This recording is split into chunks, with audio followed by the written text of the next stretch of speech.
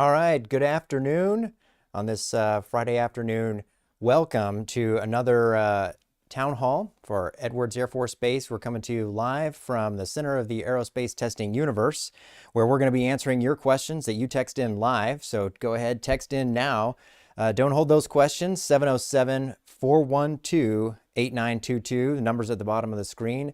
I'm Colonel Matthew Caspers, the Vice Wing Commander here at Edwards Air Force Base, and I'm accompanied here today by Chief Master Sergeant Ward-Swanigan.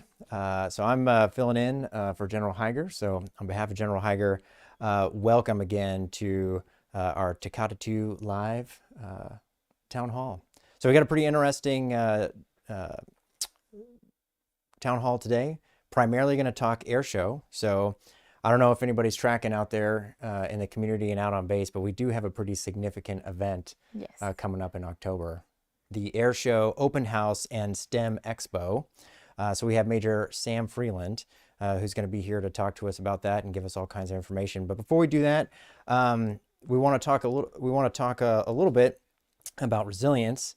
So September is National Suicide Awareness Month, and Edwards Air Force Base has, like many other installations and across the country, had to experience the painful experience of losing loved ones and members of our community.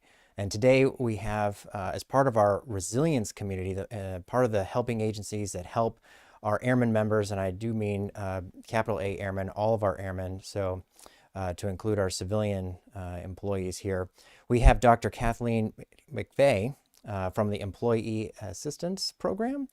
She is the field consultant for the EAP program, brand new here to Edwards, well, not brand new to Edwards Air Force Base, but brand new in that role here and joining our resilience team. So we're gonna pop over to Dr. McVeigh and allow her to help us understand a little bit more about EAP. So for those of you who have just joined us in government service this summer, for example, she's going to give you some of the highlights of the EAP program. And then again, if you have questions for Dr. McVeigh, please text in 707-412-8922. I'm Dr. McVeigh. Thank you for joining us this afternoon. I'd like to talk to you briefly about the Employee Assistance Program. I am the new field consultant here at Edwards. The position was previously held for over 20 years by a gentleman, and he has since retired. So let me tell you a few things about the Employee Assistance Program. This is a civilian-based program.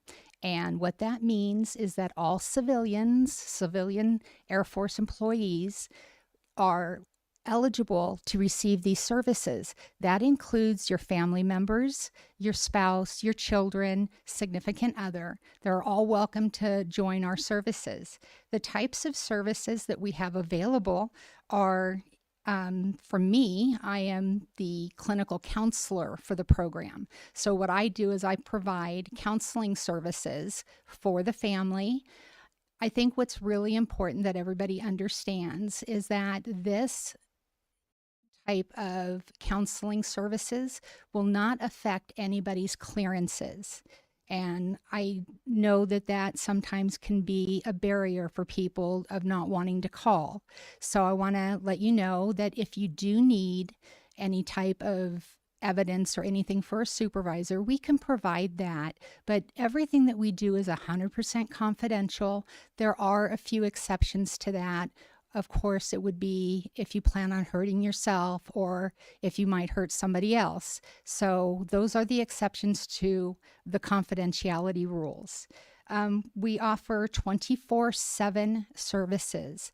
We have a phone number that I see on the screen.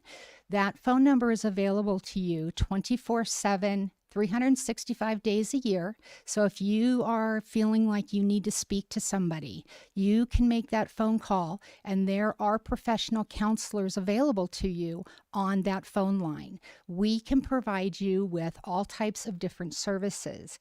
We offer what is called a assistance work-life program.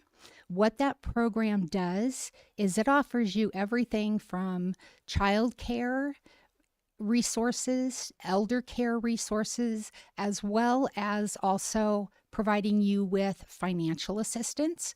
You can meet with a financial advisor for 3 sessions for each topic. So if you want to talk about getting a student loan paid back, then that you get 3 sessions. If you want to talk about budgeting, they will help you with your budgeting. We also have legal services available to you that are free of charge. There's also a program for identity theft that you are eligible to access if you have issues. The legal services include estate planning, family law, document presentations or document preparations. This is a 1-hour consultation per issue. So we have the financial coaching. If you're having issues with debt or credit card, we can help you with that. Also, we offer access to monthly newsletters, articles, videos, podcasts, webinars on our website. The counseling is available either in person, via telephone, or you can also do a Zoom or any type of face meeting that you'd like to do. So you don't even have to come to the base. I am temporarily located at the maintenance facility, the 1600 building, so that's where I can be found. The phone number is how you get a hold of us. You call that number, they will make an appointment with me. My office hours are from 8 in the morning till 4 in the afternoon, and I can be available in the evening via Zoom. Other than that, I hope you guys have a great time and enjoy everything that they're going to talk about with the air show. So thank you and have a great day. Awesome. Thank you so much, Dr. McVeigh. And before we leave that phone number that was up there, I heard you say 24/7, but it's 365, and it doesn't matter where you are, when you are, but it's going to be second ring, and they're answering that phone. Is that correct? Yes. Okay, awesome. Thanks so much. It's really important that folks realize just how expansive the EAP program is. As you heard Dr. McVeigh highlight, there's a number of services under that umbrella that really can also get at that preventative care, that the resilience, so that before you're in crisis and needing to call that number, there's just so many options. I have to admit, when we were chatting ahead of time, I really had no idea just the range of services that were available, to include the financial counseling, the work-life planning and balancing type services, as well as estate planning and senior care, like you mentioned, Dr. McVeigh. Yeah, I would echo, sir, that I too wasn't tracking that there was quite as many services available, but it was definitely refreshing to hear that our civilian airmen have so much available to them as well. So thank you, ma'am, for providing an update and information on how everyone can reach out if they need that type of assistance. That's very informative, and I hope people take advantage of those resources. And Dr. McVeigh, for our airmen who really prefer to use, I don't know, their phone, is there a website or app or anything? What's a digital place where they could go and just learn about the services that are available in EAP? Okay, there is a website available. It is www.afpc.mil/EAP. And I did fail to mention that we do have an app that is available to you that you can download, and you can speak to somebody via text message as well. So if you don't feel comfortable wanting to make that phone call right then, and you just need some quick advice, you want somebody to talk about or help you with parenting, maybe you're a little frustrated and you need someone to just say, hey, it's okay, you're doing a good job, you can text and somebody will be there to help you. I did fail to mention that we do have, for our active duty military, we have a military family life counselor. His name is Ian Hansen. And if anybody would like to get a hold of him, he can be reached through the MFRC. They have his phone number. And Ian is for all active duty military, and that includes your reserve and up to 6 months post-military service. So you can utilize his services. They are pretty much identical to what the EAP program offers. All of our services are free. And it is very important that you take advantage of these services. So I hope that you guys make that phone call if you need it.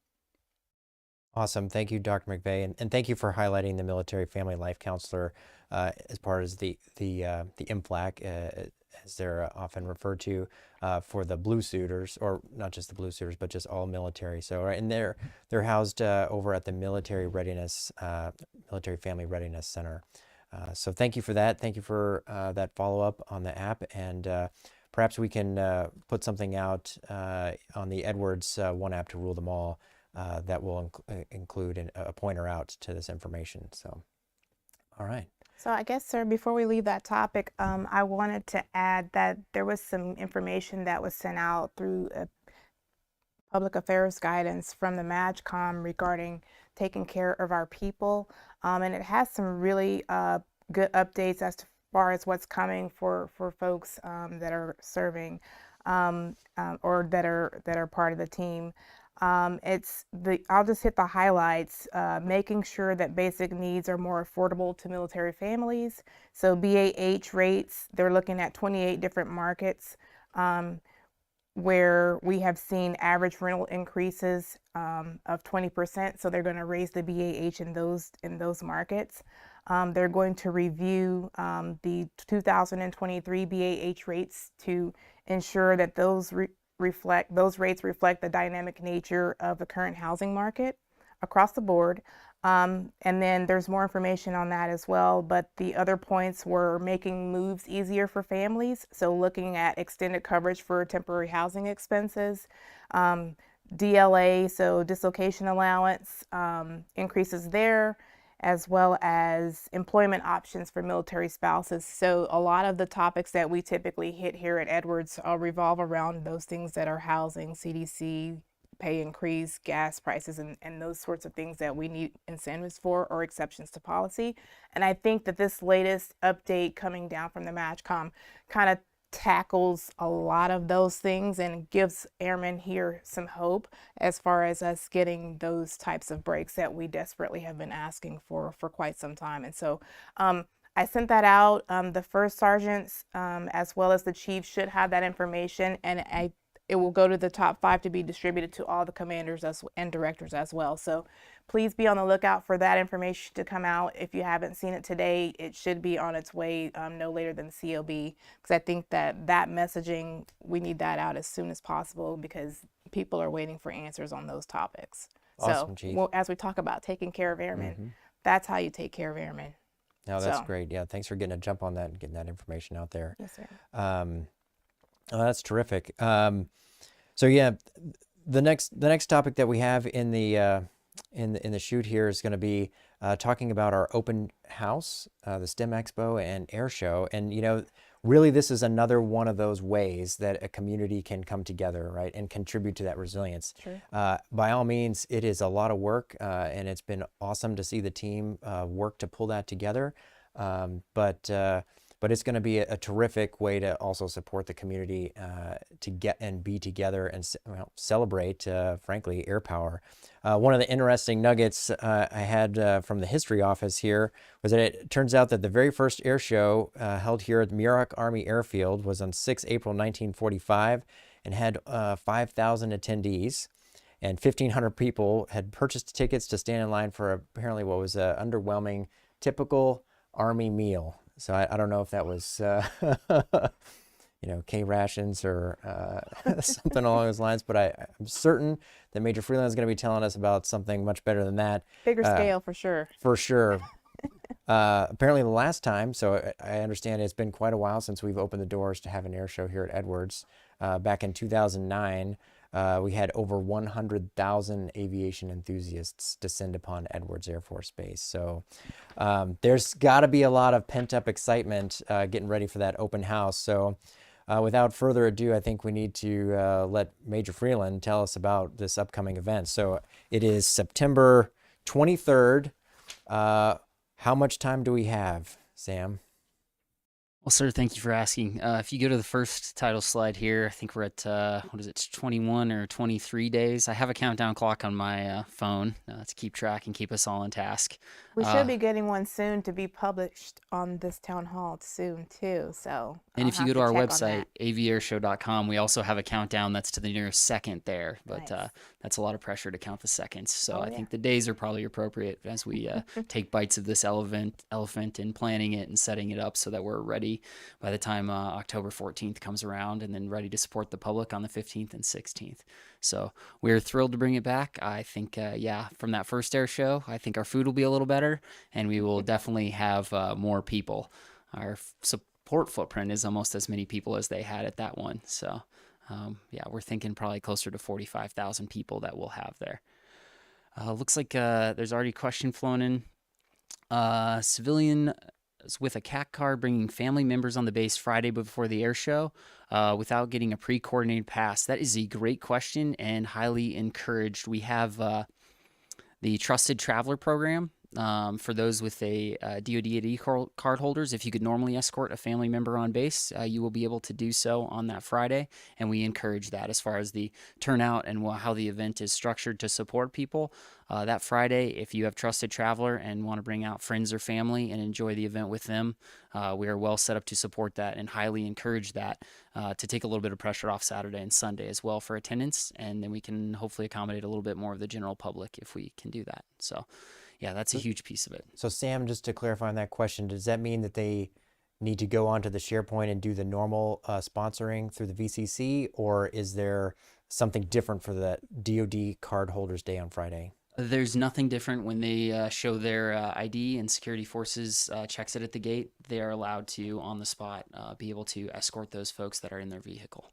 Okay, so you can escort the folks in your vehicle, but if you were to sponsor somebody on ahead of time, you would need to use the normal procedures for any other day of the year on Friday through the VCC. Yes, sir. Okay, great. Thank you for that clarification. So that's Friday. That's our big target push day to accommodate the general public, and approximately 15,000 possibly students for our STEM Expo Day. Looking at some numbers rolling in from schools as they commit buses and resources to that to figure out what they can support, but we definitely have the capacity to support. So that Friday is you're going to not only have your DoD ID card holders and the people that they are actively escorting in their vehicles, but you will have thousands of students out there targeting our building 1600 with all our displays there. We have, I think, 14 larger booths, 14 to 18, and then we have approximately 60 other smaller 10 by 10 booths from. It is the Aerospace Valley Air Show, Open House, and STEM Expo, so it is really a team effort from a lot of those organizations that are coming out and volunteering their time and their resources to put out these booths with hands-on activities for the students who are going to be there. So really thrilled for that, and that is going to continue through the weekend. So Saturday and Sunday, that's available for the general public as well. Your base ID card holders can come out that Friday the 14th, and then everyone else can experience it as well on the 15th and 16th. So, okay, so just to recap while you're reading that question there, Friday, October 14th, that is the STEM Expo and DoD Cardholders Day. That's where the STEM program, where Ms. Van Hoy and her team of volunteers are going to be hosting the STEM Expo. That's really aimed and geared at getting that next generation of folks involved in aviation, involved in science, technology, engineering, math, with all those awesome exhibits that you just mentioned there, Sam. And then on Saturday and Sunday, those are the days that's October 15th and 16th, where the base is an open house, open to the public to come and see the air show, and then also that STEM event that'll continue in Building 1600. Is that correct? Yes, sir. Yeah, the STEM event, the big push there is to make that connection. There's going to be a lot of amazing things going out there on the flight line, and that STEM event is going to, focus on some of those fundamentals that have enabled those accomplishments for us to continue to do those things and make progress in those areas, and that's the big part of it. Yeah, looking at the questions, if we have the slides available, I think that's going to answer a lot of these as well, if those come up. But yes, Southgate lot, we have some pictures and some breakdown there for parking at your normal building. For the question we have here, accessing via Southgate, parking in your normal building lot. We have some breakdown there. There's some, depending on how you access and cross traffic. Our big overarching push for that is if you are pretty much south and east of Wolf Avenue, you may be good there, but some of that is going to be spoken for our performers. When you travel north and west of Wolf Avenue, you're going to start to kind of get into that public flow of traffic. So if your plans are to cross that and not expect any delays or challenges, especially Saturday and Sunday, that's probably not going to work. So our main thrust is that the Lancaster Boulevard that goes through the Southgate, where that crosses Rosamond Boulevard, is going to be our focal point for people who need to depart housing for whatever their reasons they have or any official business to cross that. And we are appropriately manning those intersections so that they can engage with folks looking to cross there to discuss kind of the urgency of crossing that and stopping that traffic for the air show to allow people to go across. Official business is going to get a priority, probably if you're in uniform, and if you can articulate that to the folks working there, they can stop traffic at any point to make that happen. If you're just doing a grocery run out to Lancaster, and they understand that, and if you can communicate and just be ready for those delays and be patient, the traffic teams will prioritize accordingly and work to get you through there. So awesome. Thanks, Sam. Really appreciate that comprehensive explanation on the particularly Saturday and Sunday. I just want to recap for all the folks that are out there. Not sure what the text from the person referring to going to work. I'm assuming that they meant on Friday. So they're going to come in on Friday and go to their normal duty location. Sounds like there will be some impacts, but not quite like on Saturday and Sunday. Is that an accurate characterization? That is accurate, sir. We've done a lot of coordination too with the primary facilities impacted. Another mitigator for most folks going to work, if you have what might be more standard hours, that's also going to deconflict that about when you get there versus the expectations for a lot of other folks coming out to watch the air show. So you'll probably be there before them. So on Friday, October 14th, if you're coming to work on as is your normal duty day, you can expect to talk to your supervisor, and they'd be able to tell you if your normal parking area has been borrowed by the air show. So we have some slides to cover that too. So if you want to start throwing up the slides, I think those might be ready here. Talk through those. So yeah, 23 days. I was close to 21 to 23. 23 days for celebrating breaking tomorrow's barriers today. So that's the overarching thing. So next slide, please. Here's the big impact of the week. We've already been hitting on some of these dates, and I just saw some email traffic today that school flyover for 12 October has been making its way through the wickets for approval, and I think we've have that locked down for us to be able to execute that. So that'll be great for hype there, and coordinating with some local media efforts too for that Tuesday to if you don't get a flyover, possibly have a secondary option for watching that and getting engaged and kind of getting a little bit of insight into what's to come for the weekend. That's one big one there, and we've been hitting on the other days, so we can go to the next slide. Attendance, we already kind of talked capacity. This slide was in my head as you were speaking to the first one here, and none of our numbers match anything they were thinking of then. We've come a long ways, and even though it's been 13 years since we've had an air show, we expect that might even drive up that demand. Those people who've been waiting for this for a long time to come back. And Edwards has kind of a mystique to it with our relatively remote location and access. A lot of people think other air shows where people can park out in the general public area and see that. The way our facilities are structured, from our gates and the distances to where we're at, you pretty much need that general public access on the air show to be able to come out and engage in that. We talked STEM stuff already. We do expect possibly that the demand will exceed what we can get through our gates. It's not so much a parking capacity, but the other 363 days a year, the base is meant to vet people properly at the gates, assess who can come in and get out. So it isn't as easy as flipping a light switch to open all that up. So we've opened up what we can within our bounds of safety and security considerations. And these are kind of our estimates of what we could get through there. So definitely coming out early is going to help those who are targeting the weekend. Current advertised gate hours, 8:30 to 11:30 is kind of the window of opportunity we're looking to get people through there. So if you're thinking you're going to show up later in the afternoon to catch one show, we're just not structured for that. I kind of need to be all in and get out there early and get to the show. And there'll be plenty of other stuff to enjoy, I assure you on that. So that's kind of our attendance assessment slide. So for everybody out there who's watching, it is West Gate and North Gate on Saturday and Sunday, but if you have a DoD card, then that's the South Gate on Saturday and Sunday. Is that correct? Yes, sir. That is Southgate is available for them.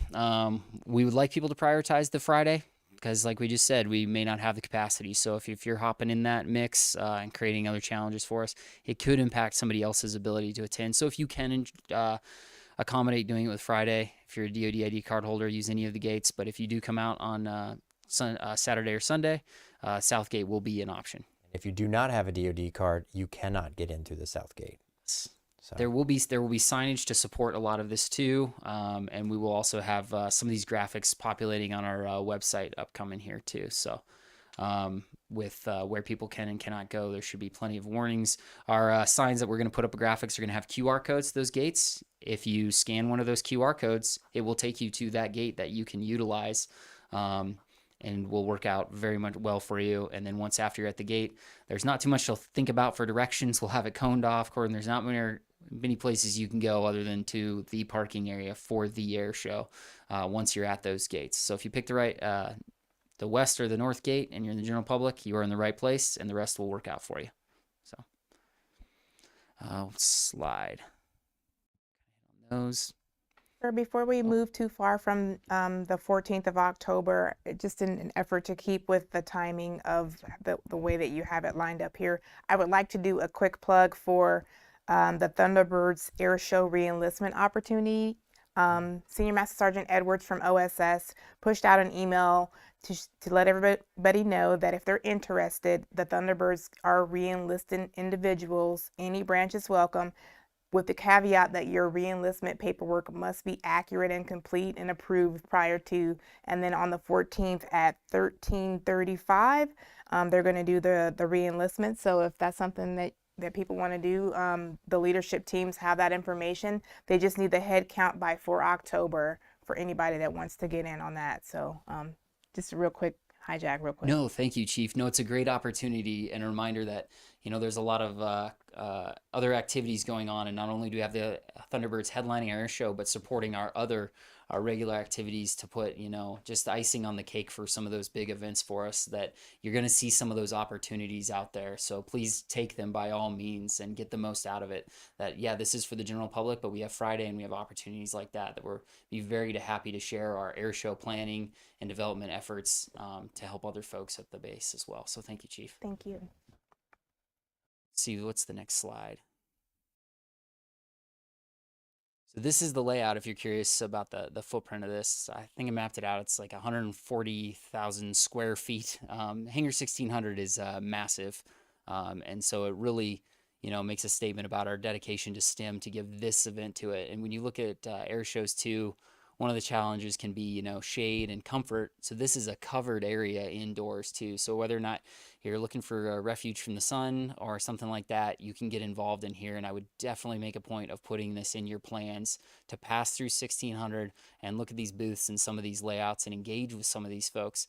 That target audience, is probably your school-age children and inspiring them, and folks who have contributed to those accomplishments of the air show and are continuing to do so are the kind of folks you're going to see throughout all these booths and areas. Everything from, booths related to security here too, and other support functions that all go together to make that happen. A robotics field, I don't know if I'm gonna be able to peel my kids away from that to go actually see airplanes when I mentioned that word, especially since this is towards the front of the air show. I'll have to work to get have heard them past that. But you can see a huge amount of events here, you know, something for everything. If your kids, if you think they have an inkling of interest in any of this, I highly recommend going through that. And you can see some of the bigger labels there, but there's another 60 smaller booths that are not labeled that have a lot of opportunities and engagement. And some of the professionals, if you want, you know, to give opinions and insight from those who've been there and done that. We have the men and women of Edwards and all these areas are going to be there to speak to those things. If your kids have questions, if they're looking for how to, not just what they want to do, but how to get there, I think we really have a large complement of people who can support those efforts and are there for that. These volunteers who volunteered to set up these booths are very interested in doing that and helping out in that regard. So that's my big push for STEM as one of our huge components of that and the area we've given it. And if you pass up on that opportunity, I really think you're missing out. So, and next slide, please. Other complimentary events, just taking advantage of the space we have and the time we have. On that Friday, October 14th, FSS is putting on some events. So this will be your base DoD card holders. These are not general public. You've got your 5K run line you can see there. What's unique about that is the picture has a pretty blank ramp. All of that is going to be filling in with aircraft and some of the things you'll be able to run around as far as run goes. Pretty exciting and interesting. Sunrise yoga as well. That's going to be in the vicinity of the yellow dot start area there. And then the 10K bike out on the lake bed. The lake bed is just an amazing national asset for what we do in the test world. But as far as a, you know, just as a tourist attraction almost too, is if you can get the opportunity for those of you stationed at Edwards, there's not really anywhere else. You're probably going to go in the Air Force where you have a lake bed to go like and experience like that. Caveats with the lake bed, it is a lake bed of dirt, so I think the FSS would like me to emphasize your road bike is probably not going to cut it that day. If you show up with that, you're probably setting yourself up for failure, and you don't want your 10K bike to turn into a 5K bike, 5K walk kind of deal. So if you can show up with the appropriate bike for that and make sure you're well prepared, they may assess and turn you away as well too. But we'll be able to accommodate people that Friday morning, and that'll be a great way to kick off as we lead into the weekend with some great outdoor fun events that are going to take advantage of the layout of the ramp and everything else we're setting up. Sorry, General Dirteen. I'm just kidding. He's got time if you need to find another bike. I don't know. Right, yeah. You might be able to reach out or borrow one or something. But yeah. Outdoor rec. Yeah, outdoor rec. Bikes. If they need them to, yeah, you can go rent from there and probably set yourself up. I know the folks running that would probably appreciate that too if people utilize that. Okay, next slide. That So was Sam, is there any registration required for that, or is it just show up? Not that I'm aware of. I think just show up if you've got the equipment and the tools. When you get there, you're good to go, and they will accommodate you. That's the beauty of that area too, is the amount of space, the ability to accommodate that we have. So. The next FSS component, you saw in that building 1600 diagram, one of those corners is the kids zone that the FSS is putting together for us. And that does, because of how they coordinate and get those events for the younger crowd, it does have an admission of $5, but they'll take your cash or card. Card is preferred, just to minimize the amount of cash they have to handle and transport later. But a lot of events and effort going into that. Definitely some entertainment there too. That's another area I will have to make sure my kids experience the rest of the air show and not just that. They will hone in for sure. But that's in 1600 as well. So once again, another covered area. Even if you're just looking for some respite from outside, that's going to be ideal. So slide.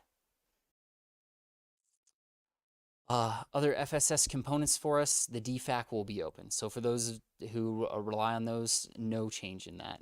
You will still have that. And that parking lot, we'll get into some diagrams. I know we got some other questions about parking.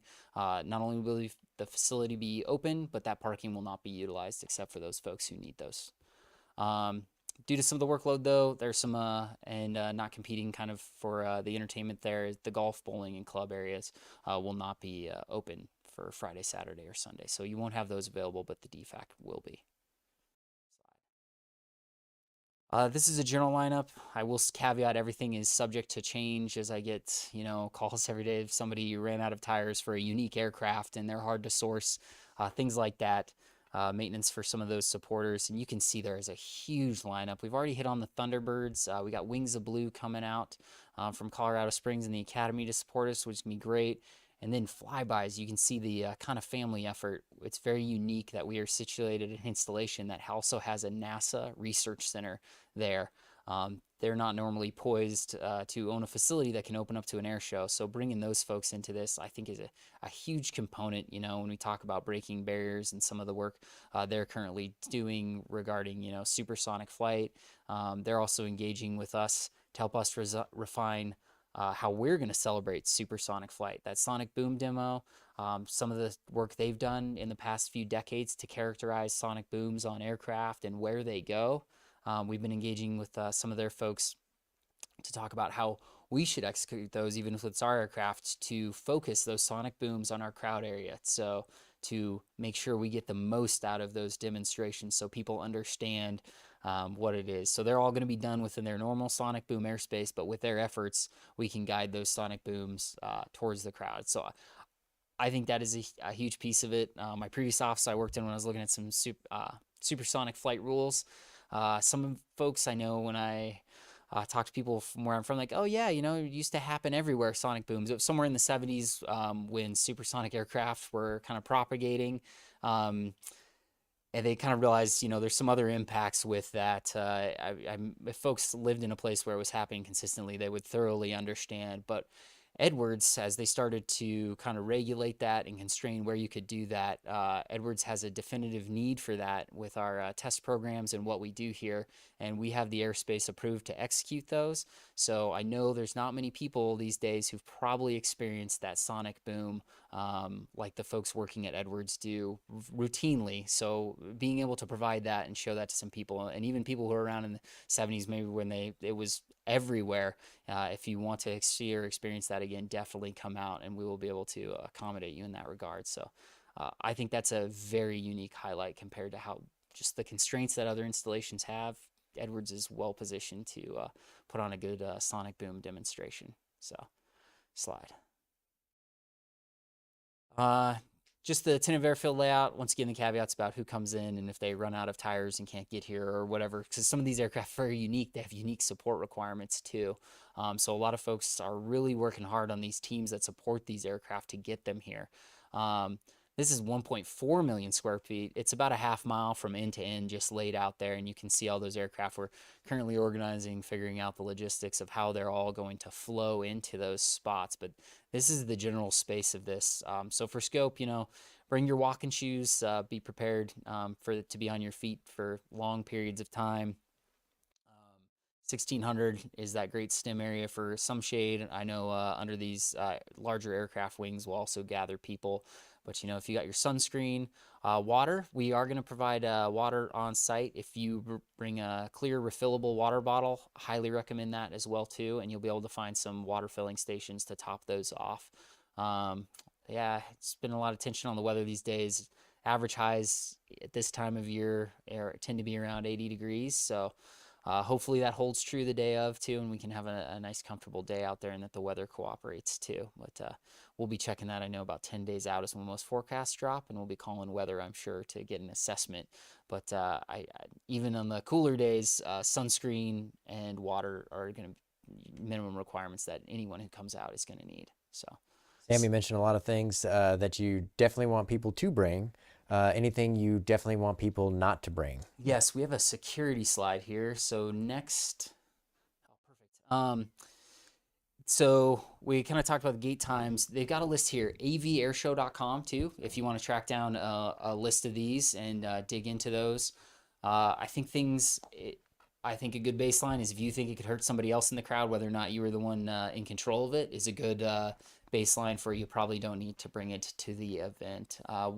We get a lot of questions, I will say, focused on what size bag, things like that. You can see they've kind of thrown some dimensions on there that are approximately like a carry-on bag ish dimensions to allow our security teams to kind of weed those out, and know that things like coolers not allowed for just the general public coming through our entry control points unless there's a medical need or that. So realize too that there are also some exceptions and caveats depending on what the item is intended to support. But yeah, pets, don't bring out your bicycle, roller skates.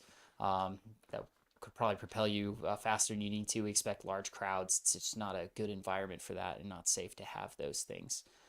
We talked a little bit about traffic flow. We got some depictions of that coming up here too, but those are the major things you cannot bring. Slide. Base resident impact, that's a huge push for this, is we kind of talking that Saturday, Sunday, just expecting those delays and patience. And if you can plan ahead to avoid some of those traffic areas, highly encouraged to make the most of your time and your efforts on base. Another good list of things to bring here, hearing protection. We talked about sunblock, refillable water bottles, cash, and they'll accept cash at all the events, even contactless payments. We confirmed that recently.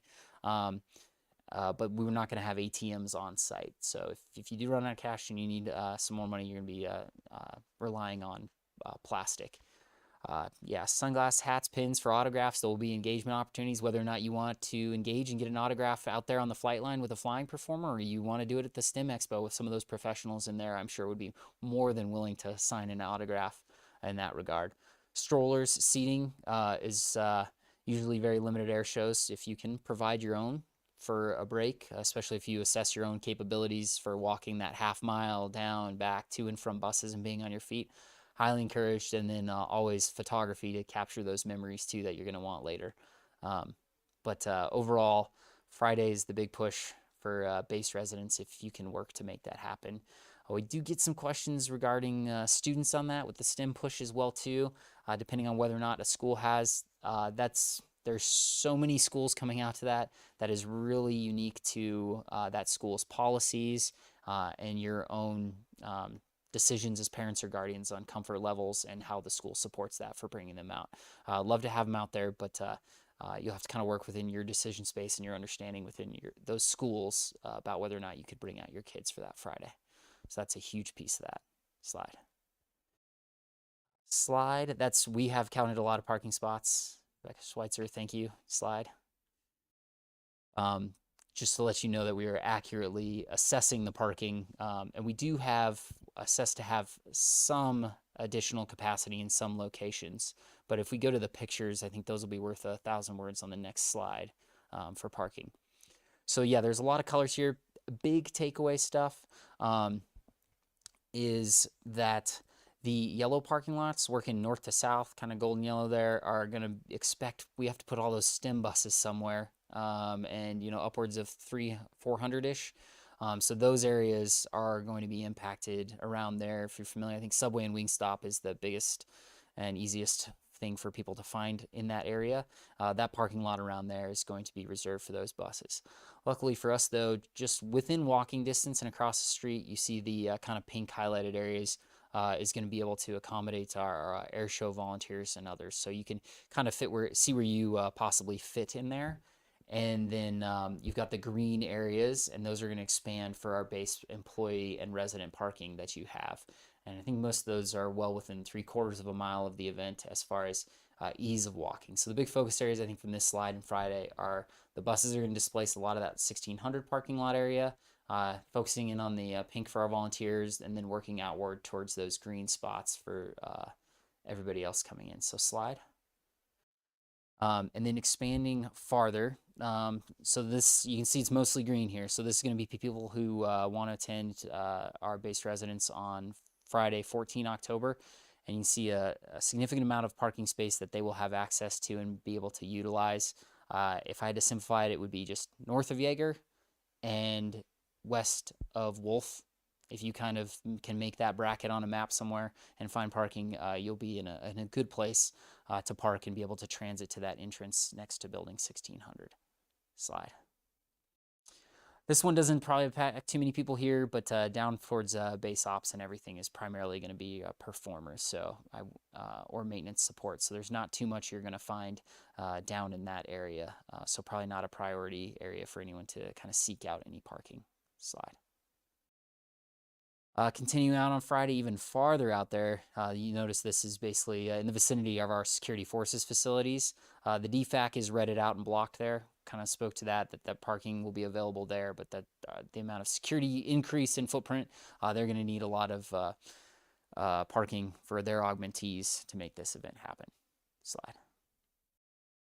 This is the big overarching picture to sum a lot of that up. You can see the blue line almost straight down the middle there that hooks left for base housing. That's that Lancaster Boulevard Rosamond crossing point for base residents. If you need to come and go, you do have a way in and out of there.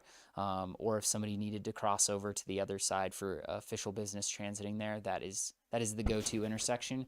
All those other green lines for general public are going to have a significant amount of demand from general public and cars going there. So you can kind of see all that and roughly how they flow out to the lake bed and where they'll be there before they can either pick up the 1.1 mile walking trail or a shuttle bus to enter right next to 1600.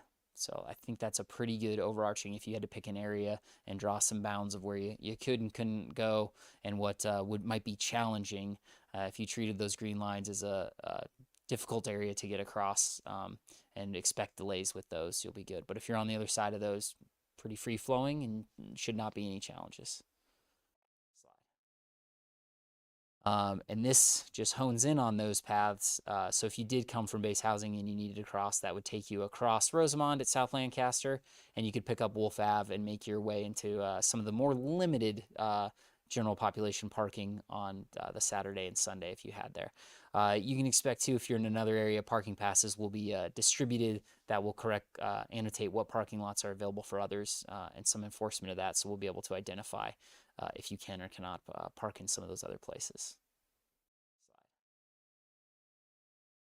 Zoom in a little bit. If you go down Wolf Ave, you got the star too for the entry point at 1600. That's a big takeaway, is you kind of pick where you want to park, and your walking path too is how you actually get in there for that star, and go through the entry control point there. Once again, 1600 isn't going to provide you too much unless you're already part of the air show effort as a volunteer, whether you're adjacent to it for the DV parking, PA media, and those volunteers up in the pink area. So you have to go just beyond those, but you can see some of the green base employee and resident parking starts to pick up there. But it is limited compared to the footprint we have available for Friday. So it does pare down a little bit. So people can do that. If you can't make Friday work, please come out on those days and expect that those are the areas you'll end up in there.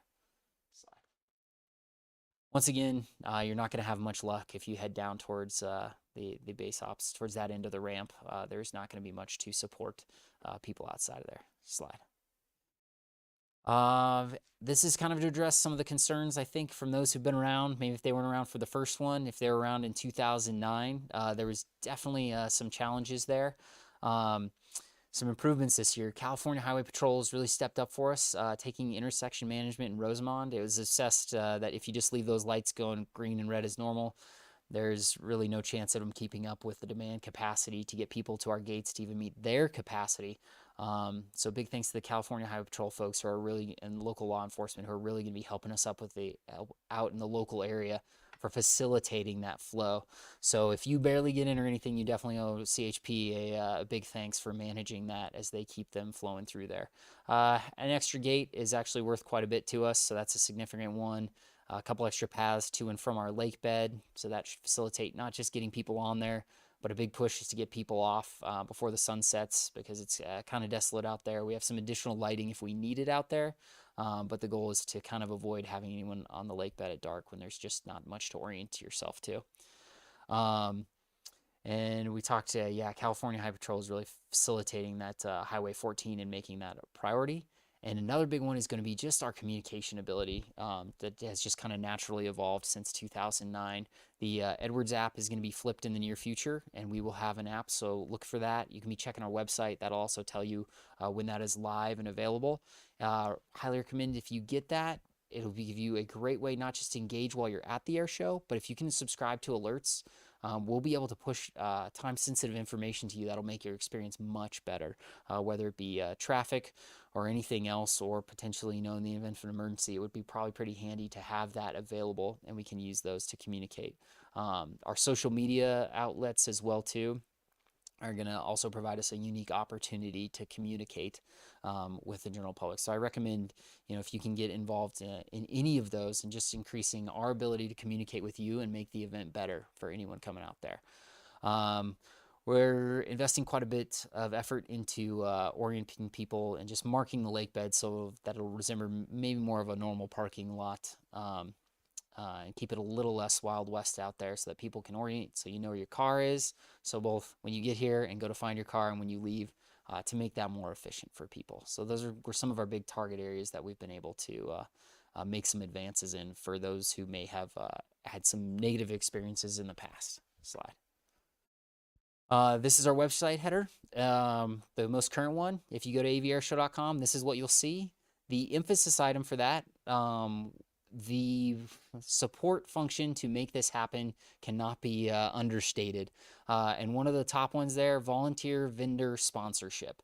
If you're out there in the community and you want to sign up beyond being an Edwards employee or anything to support this outside of those channels, or you know somebody who's interested, feel free to send them here and get them signed up. And we can, not only can they come out to the air show, but we can have them incorporated in supporting and making this happen. So that's a huge push for us, is to just get those people who can get out here from the local community. We already have a lot of interest, but I don't think we'll ever have enough, just because it is the Aerospace Valley Air Show and all those team partners out here that are already signed up. So thank you to those who have already signed up, but we can always use more people, certainly. And we're definitely not close to meeting all our requirements and having everything we want out of volunteers in this show. So if you can do that, we definitely have a role for you, and you'll really be able to give back to making this air show happen. So slide. So currently we have on the Dot Mill network only. So this is going to be for our employees and what we'll use to track those. If you're looking to sign up, there's going to be a warn order with a link, which I think is the simplest way to get here.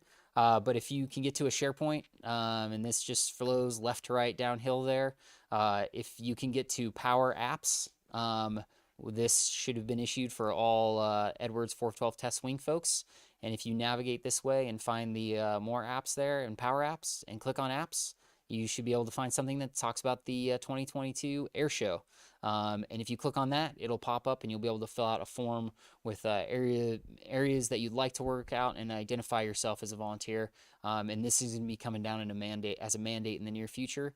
So it will help us, and probably if you have a preference on where you work, as we fill things kind of first come, first serve, if people can get a jump on this and start signing up on base, then we can put names and faces with some of those spaces we need to fill for support roles around the base for working Saturday and Sunday primarily. That's great, Sam. I don't know if you have any more charts on that, but yeah, I just want to foot stomp and double down, if you will, on volunteers, right? It is a community engagement and an opportunity to give back. It is a really exciting opportunity. Not only is it the 75th anniversary of supersonic flight, but it has also been a number of years since we've had an air show, open house here at Edwards Air Force Base. So there's a lot of enthusiasm. We are here in the Aerospace Valley, here at the center of the aerospace testing universe. And, just what an extraordinary lineup the team has put together. So again, as Sam was talking there, if you want to volunteer, particularly for all the folks who are in our workforce with using that Power App to volunteer, I want to highlight one thing in particular, in that if you are already an installation or mission support personnel, you will be hearing through your work center how you'll work and contribute to the air show in your mission role. But then above and beyond, for all those folks who aren't going to be doing any of those particular types of mission and installation support functions through the air show open house expo, that app is an absolutely just great way to get a jump on it, say, hey, yeah, raise your hand, help out, and be able to contribute, because it is an extraordinary effort. Tremendous planning has gone into the open house and expert, but this is definitely an opportunity to get to be out there and be up front. And when you volunteer, right, you get to be out there right up front and in the thick of it, in the middle of it, working and contributing throughout the whole day, and being a part of this celebration with our community. Sam, is there anything else you want to add? Or if you had more charts, we can come back to volunteers. If you got questions out there, please text in your questions, 707-412-8922. If you got a question for Sam, or if you got a question for Chief or myself, if you got any questions on volunteering, how you get to the air show, anything, I think we we covered quite a lot of ground there, so really appreciate you pulling that together, Sam. But I'll give you an opportunity here if you want to, with a few minutes that we have left, a couple of parting shots. Okay. Small party shot. Yeah, Friday will have the benefit of the Saturday, Sunday setup. There will be food vendors at the event was one question. Yeah, we're just looking, please just plan to come out there early to give yourself the best opportunity and success. And for our DoD ID card holders, please target that Friday. And we're just looking forward to hosting this many people and getting everybody involved, from those coming out to see it to all those that are going to volunteer and step up and help us out to make that event a success. So thank you in advance. Awesome, thanks. So, and recap on that question there, make sure I understood you. The master concessionaire is going to be out and available and selling food on Friday? Yes, sir. Food for purchase. Okay, food for purchase. And what I definitely heard is either make sure you plan adequately and bring plenty of cash, or you pack your credit cards as well, since there's not going to be an ATM available on the field during the open house expo and air show. Anything else? What do you think, Chief? I think We covered a ton of hit ground. everything. We'll see if there are any further questions, but I think Major Freeland did a great job of covering all aspects, and he allowed me to hijack him to talk about the Thunderbirds reenlistment option. So Senior Master Sergeant Edwards is the POC for that. If you guys have any folks who might be interested in that, please hit her up on that. But Anyway, text your questions in 707-412-8922. I'm intrigued by the 10K out on the lake bed. I need to get my mountain bike fixed, and maybe that. what's wrong with your mountain bike? It got broken the move, unfortunately. Oh. The fork is broken. You might need to rent one. So like a square We bike. can't So I have didn't you out there. Outdoor rack, yeah. They So, talked about the person with the bike that turns into a walk. I don't want that yeah, to be you, sir. that's right. No. You might need to get you a. Because I cannot ride a unicycle. So let's see. We have a question. We do have a question. What is Edwards' plan to facilitate more electric vehicles on base as we get closer to 2035 cutoff for gas-powered vehicles? Yeah, that's a great question.